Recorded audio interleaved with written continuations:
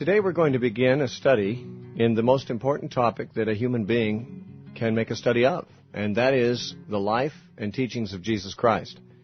This study will take us through the Gospels found in the Scripture, and eventually through, once we finish that, I intend, if possible, to go through the entire New Testament with you, if you're still around.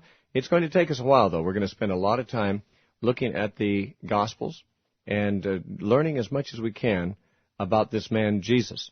Now, I said we're going to take a lot of time, and we live in a time where we're very busy, and time needs to be justified as spent on any particular project. And you may wonder, well, why should I bother to take the time to study the life of Jesus? And I'm ready to answer that question, and I can't even give you a full answer because there may be many reasons beyond that which I know, but a few things come to mind immediately as reasons why you should consider it an important study and why you should be willing to devote a certain amount of time and energy to knowing more about this man Jesus. And that means whether you are a Christian that is a follower of Jesus or not. First of all, there is a historical reason. If we don't know very much about history, we are greatly impoverished in our understanding of our own times. And, of course, you have a phenomenon in the world called the church. Now, the church is a very significant phenomenon. In many cases, it has practically ruled the Western world. It does not necessarily do so now, but it is still a very influential phenomenon in the world in which we live. And that being so, you would do well to know something about it, even if you are not sympathetic toward it, even if you are not part of the church and wish it never existed. Yet, for historical reasons, there is value in knowing what the church is, where it came from, and what its mission is. Even if your mission, if you're not sympathetic with the mission, if you are an antagonist toward the church, I would think that you would be interested in knowing what the mission is of this powerful entity that has so shaped civilization for the past 2,000 years. I mean, human civilization that is recordable only goes back a little more than 5,000 years. And for almost half of that time, there has been this entity called the church that has been asserting a great deal of influence. And in order to know where the church came from and how it started and what it's about, one has to go back to an investigation of its founder. Now, one thing that's very interesting, as you study the life of Christ, you'll find that the church, as we have come to know it in our own time, may not resemble very much what the founder had in mind. It may be that many of the things that you object to in the religion of Christianity today don't even agree with what the founder, Jesus Christ, taught. And you might find yourself much more attracted to him than you are to those who call themselves his followers. But the point is, there is a reality, a present reality and a historical reality of the church that needs to be reckoned with. And the study of the life of Jesus Christ is where you've got to go if you really want to understand this phenomenon in history. Now, some people don't care much about history in general, but you cannot live knowledgeably in your own times without knowing something about history. And I dare say that there is no historical subject that is more important to know about or more significant, or no person that has changed history so much as has this individual, Jesus of Nazareth, whose life we intend to study here. So that is one reason you may wish to study with us and take the time to know more about Jesus, and that is what we could call a historical reason, an interest in history merely. There's another reason, however, and this would also apply to persons who are not necessarily committed to Christianity, and that is what we could call the cultural reason. Not only has Christianity been a significant feature of history, it has been a potent influence upon the culture of all of the Western world, and of course through the missionary efforts of Christians into all parts of the world. And wherever Christianity goes, it has a tremendous influence on culture, on ethics, on values, on beliefs, on institutions, the institution of marriage, and on government, and so forth. And this is all part of what makes a culture. If you are not even a sympathetic person toward Christianity, but you wonder how it is that our culture came to be the way it is, you will find, if you study with us the life of Jesus, that much of what the Western culture has taken for granted to be true and has ordered its laws and its customs and its values upon have their origin in Jesus Christ, in Jesus of Nazareth, this historical character. And therefore, whether you're interested in history or in culture or both, you may find it very valuable to study with us this life of Jesus. There's another reason. Of course, this would be a reason more of interest to a person who has a theological bent. We could call it a theological reason. And that is the person who wants to know about God. Now, you might not want to know about God and still be interested in history and culture enough to be interested in studying the source of Christianity, which is Jesus himself. But if you are interested in more than simply history and in culture, if you're interested in ultimate things, if you're interested in knowing who made you and what kind of a being he is and what he requires of you, and those kinds of theological questions, then, of course, Christianity is the place to look, at least one place to look. I realize that some of you are not committed to Christianity and therefore may be interested in checking out other religions. Well, do so with my blessing. But eventually, you cannot consider that you have studied the issue of God thoroughly until you have studied thoroughly the man Jesus Christ. Not only because he's one of the major people who has told us anything about God that has had any influence on human thinking over the past 2,000 years, but because he claimed that he was sent directly from God as God's mouthpiece. He claimed to be the Son of God. In some obscure ways, he actually even seemed to claim that he was God himself, come down in a human form to reveal himself. Jesus said, if you have seen me, you have seen the Father, which was the way he spoke of God. So if you want to know about God, if you have an interest in theological knowledge, theological just means knowledge of God, then the study of the life of Jesus is a very important thing. And theology is never studied adequately if Jesus and his teaching have been omitted from one's investigation.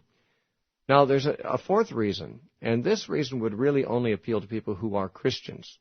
But there are many of you out there listening who are Christians, and this, I think, would be probably the main reason why Christians should be interested in studying the life of Jesus. And that is that what Jesus said and what Jesus did set the norms for Christian discipleship. Now, the word discipleship simply means being a student or a follower. And a disciple of Jesus is one who's a student and a follower of Jesus. Now, there are some of you out there who might call yourselves Christians and yet not feel you're interested in this subject of discipleship very much. But it should be acknowledged that the word Christian, when used in the Bible, is used interchangeably with the word disciple. That is to say, there is not a difference between being a disciple and being a Christian. In Acts chapter 11 and verse 26, it says, the disciples were first called Christians at Antioch. And so the definition of the word Christian really is tied up with this definition of what is a disciple. Christian was just another word for a disciple. And therefore, whatever discipleship is what Christianity is. Now, Jesus said this in one place, in John 8:31. He said, if you continue in my words, then you are my disciples indeed. Now, the attachment of that last word, indeed, makes it very clear that there might be people who seem to be disciples, but they are not indeed disciples. They're not genuine disciples. And Jesus said elsewhere, in Matthew chapter 7, that many on the day of judgment will say to him, Lord, Lord, did we not prophesy in your name and cast out demons in your name and do many works in your name? And he says, I will profess to them, I never knew you. Depart from me, you wicked, you workers of iniquity. Now, that is an interesting thing, because here we have people who apparently regard themselves to be Christians. They call him Lord, and on the day of judgment they protest that in his name they've done many things that we would think of as Christian things to do. And yet he says they have not known him. They have not really been his disciples. And that being so, we should be very cautious about assuming that we are Christians and assuming that we are truly what Jesus said we must be in order to be right with God and be prepared to die and meet our Maker and to be saved. A disciple is the one that has responded to Jesus Christ in the way that makes him a Christian. Now, what is discipleship? As Jesus said, if you continue in my words, you are my disciples indeed. John 8:31. Likewise, when Jesus told the church, or told his people, to go out and to spread the gospel to every nation, the way he put it in Matthew 28, verses 19 through 20. He said, "Go and make disciples of all nations, baptizing them in the name of the Father and of the Son and of the Holy Spirit, and teaching them to observe all things that I have commanded you." Matthew chapter 28, verses 19 through 20. Now, Jesus said we're to make disciples, and how do we do that? Among other things, we must teach them to observe all things that He commanded. Now, this certainly gives us two very good personal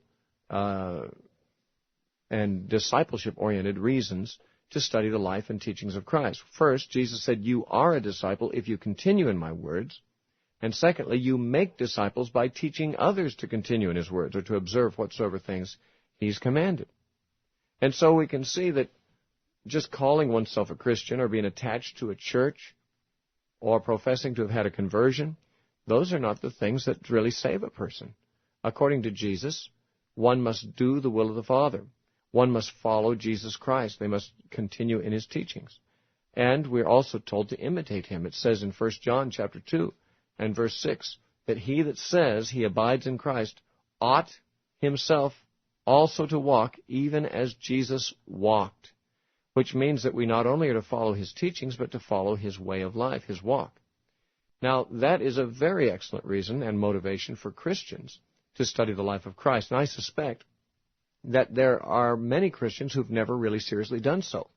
There are many Christians who are quite content to allow the church to, be their connection with God, as it were. They may not have very much knowledge of who Jesus was or what He said. They may not be able to tell you the story of Jesus, but they feel somehow that they are Christians because they've always been in a Christian home, or they believe themselves to have been raised in a Christian society, or because they go to a church or have been baptized when they were little or whatever, or even when they were big. The point is that none of those things determine whether you are a Christian in the biblical sense of the word. The disciples were called Christians in the Scriptures, and therefore to be a Christian, one is to be a disciple. And to be a disciple, one must follow the ways and the teachings of Jesus. And those who do not do so may protest loudly that they are Christians and may be insulted if you would question that. But on the day of judgment, it is Jesus, not us, whose definition of Christian is going to matter to us. You see, some people think of Christian almost as a synonym for being a nice person. And if you would say of some people that they're not a Christian, they would assume, even though they profess no faith in Christ at all, they would feel insulted that you said they weren't a Christian, because they feel that that's another way of saying they're not civilized, or they're not nice, or they don't belong in Western civilization or something. Many people think they're Christians because they were born in America. But, of course, none of those things are true. And it's not even true that you're a Christian if you've been raised in the church. A Christian is a person who has become a follower of Jesus Christ by a distinct decision to turn from a former way of life that was not following Christ to a commitment of obeying Him and following His example in all things for the rest of your life. That's what it really means to be a disciple. And for a Christian to know that he's a Christian, he must examine and see whether he is a disciple.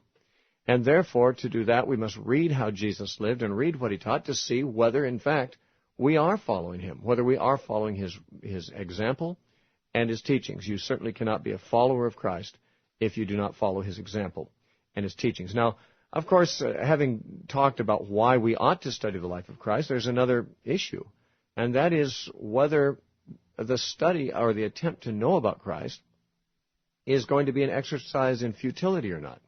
What I mean is this, that Jesus obviously lived His life and said these things that He said almost 2,000 years ago, approximately 2,000 years ago. And like many others who lived lives and said things that long ago, we weren't there to hear them. We know only about them through what other people have said and written down that claim that He said and did. Now, that means, of course, that the study of the life of Christ is going to be to a large extent an historical study, a study of a historical character. And to study any historical character who's no longer around and who no one who is alive today has ever met personally during the time of his sojourn here on earth means that we must depend upon sources. Now, not all sources are equally reliable in studying any historical question. You could be studying the life of Alexander the Great or of Attila the Hun, and some sources of information would be more true than others. Even to this day, biographies about certain famous individuals will not all hold equal weight. There are the authorized biographies and the unauthorized biographies. And, of course, the fact that an unauthorized biography is unauthorized doesn't mean that it doesn't have the truth in it. But I'm saying that not all biographers, not all reporters, not all documents about history or about events or about people have equal value in giving you true information about them. And this is true when we consider the life of Jesus as well. Jesus is an historical person, and there were many people who wrote about him. We have, of course, in the Bible, 4 documents written by people who wrote about him. One was traditionally assigned to Matthew, who was one of the 12 apostles who lived with Jesus and heard him say the things that are recorded there. Another is by a man named Mark, who we do not know what his association with Jesus may have been. He apparently was a resident of Jerusalem and had a chance to hear Jesus preach, although his claim to fame, really, in being able to write an authoritative document about Jesus is found in the fact that Mark was associated later with Peter.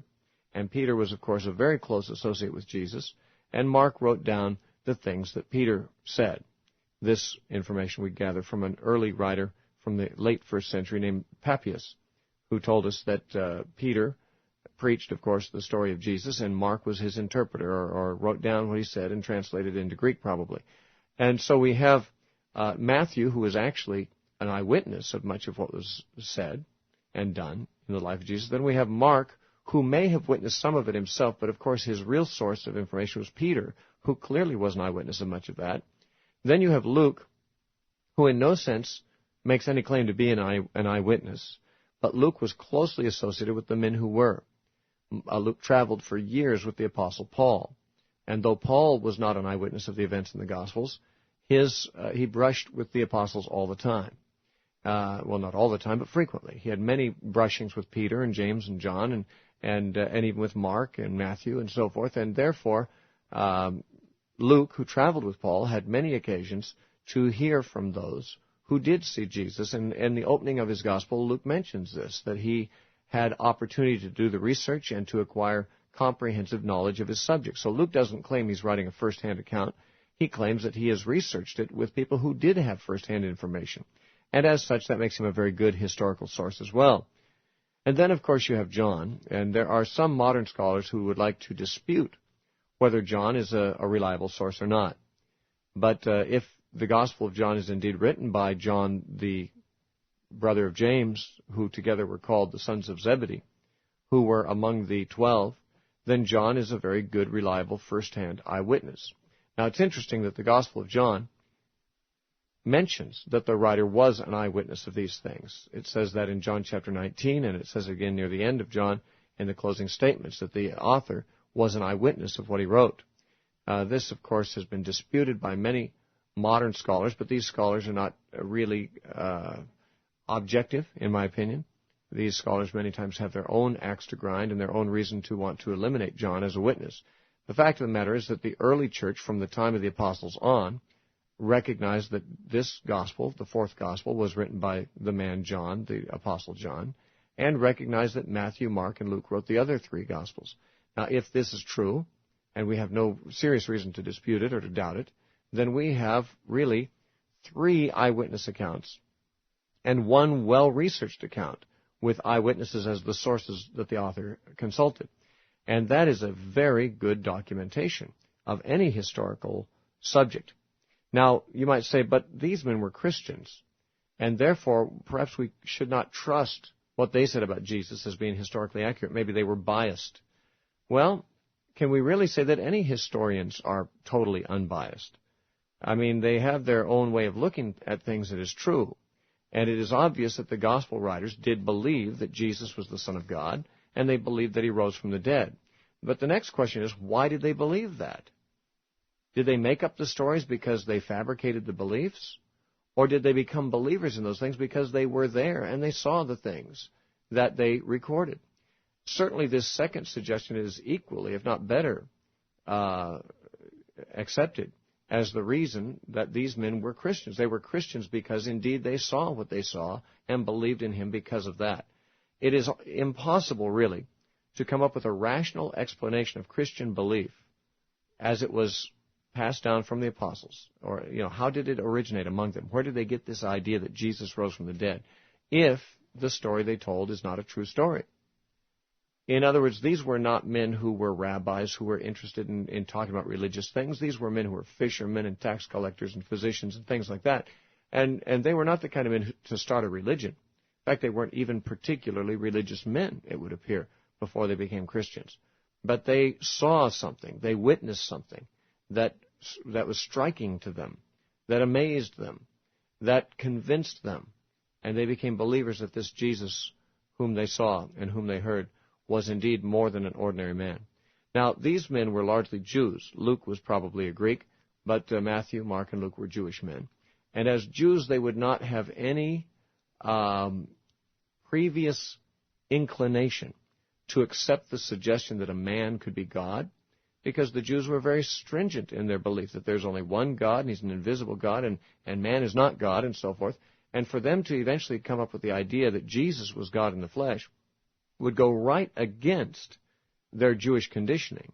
And we could ask the question, if they did come to believe this, as they apparently did, what convinced them? What convinced them to throw over their older way of thinking? Well, I think they tell us what convinced them. In their Gospels, they record what Jesus said and did. He did miracles. He raised the dead. He healed people. He walked on water. He commanded the storm, and it obeyed him. And most importantly, at the end of his life, after he'd been crucified, he rose from the dead. And this was what convinced them more than any other thing, I believe. Well, we've about run out of time for today's talk, but we will be continuing this on a daily basis, and we will soon get into the Gospel of Matthew and start going verse by verse through. I hope you'll be able to join us and be with us on a regular basis as we study this life of Jesus Christ, who said he was the Son of God, and whom we believe was, and thus we have great value to derive from studying his life.